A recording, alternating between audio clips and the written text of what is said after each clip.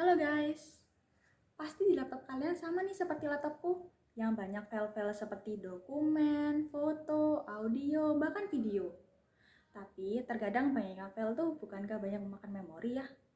Terkadang kita jadi bingung, mau mengeluarkan uang banyak untuk beli penyimpanan seperti hard disk, ataukah menghapus semua file yang ada di sini ya?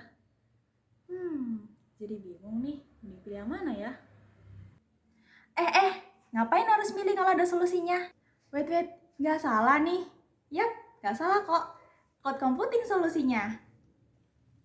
Halo Sobat IT, di sini saya akan membahas mengenai materi cloud computing.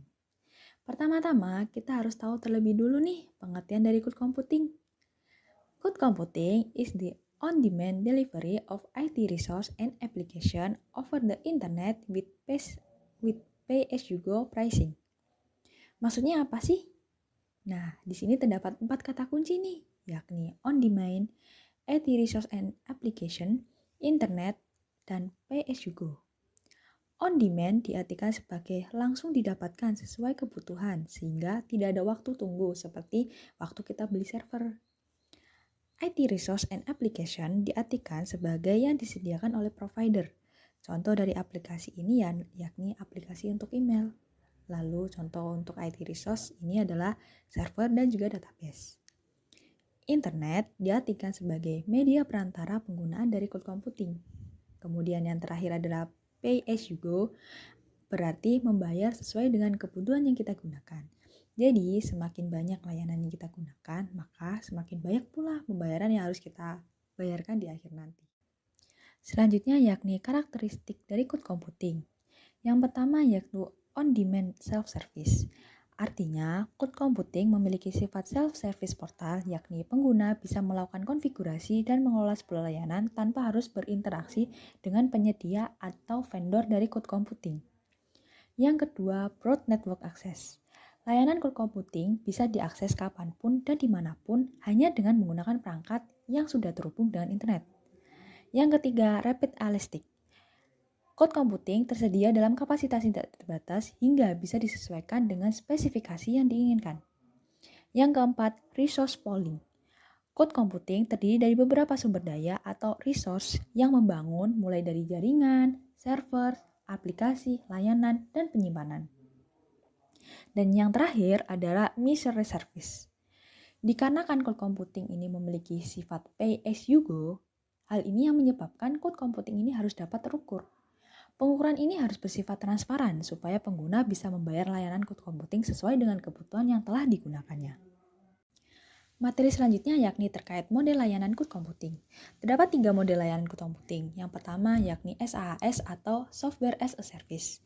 Model layanan SaaS ini menyediakan software yang sudah jadi, sehingga pengguna hanya perlu menggunakan aplikasi tersebut tanpa harus mengerti dan mengurus maintenance dari software tersebut.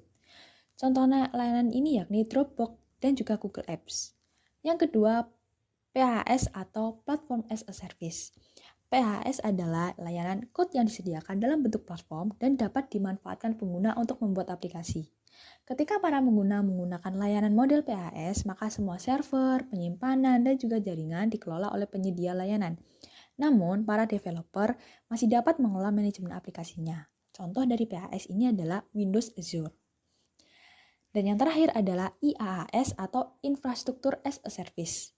Model layanan IaaS ini pada dasarnya merupakan server fisik dan virtual server.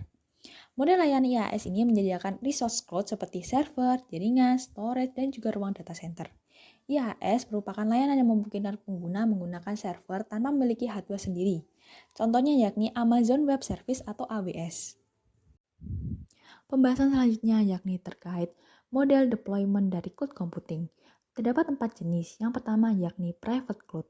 Private cloud adalah layanan cloud computing yang melayani penggunaan pribadi dan tidak dibuka untuk umum. Keuntungan menggunakan jenis private cloud ini terletak pada perlindungan data dan keamanannya karena hanya bisa diakses oleh orang yang berkepentingan saja. Yang kedua yakni public cloud.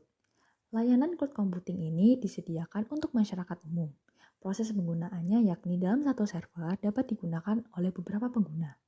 Public cloud ini cocok untuk pemakai personal atau bagi bisnis yang masih berskala kecil tanpa menggunakan investasi bisnis yang besar. Contoh public cloud ini yakni Facebook, email, Twitter, Yahoo, dan juga Instagram. Yang ketiga, hybrid cloud. Hybrid cloud ini merupakan gabungan dari public cloud dan juga private cloud. Jenis cloud computing ini cocok untuk kebutuhan bisnis yang membutuhkan kedua layanan tersebut karena tidak semua data yang disimpan di cloud itu tuh bersifat penting.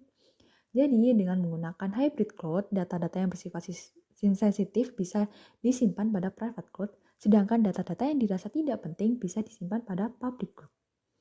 Dan yang terakhir adalah community cloud. Community cloud merupakan layanan yang dibangun secara eksklusif untuk komunitas atau organisasi tertentu yang memiliki kepentingan yang sama.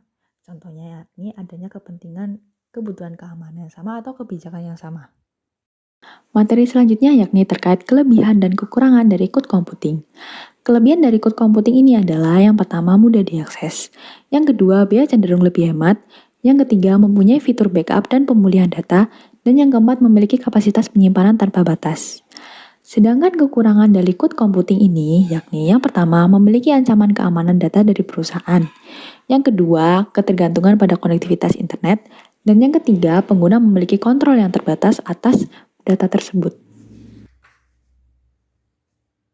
Nah, sekarang kalian udah tahu kan apa itu cloud computing? Semoga bermanfaat ya videonya. See you!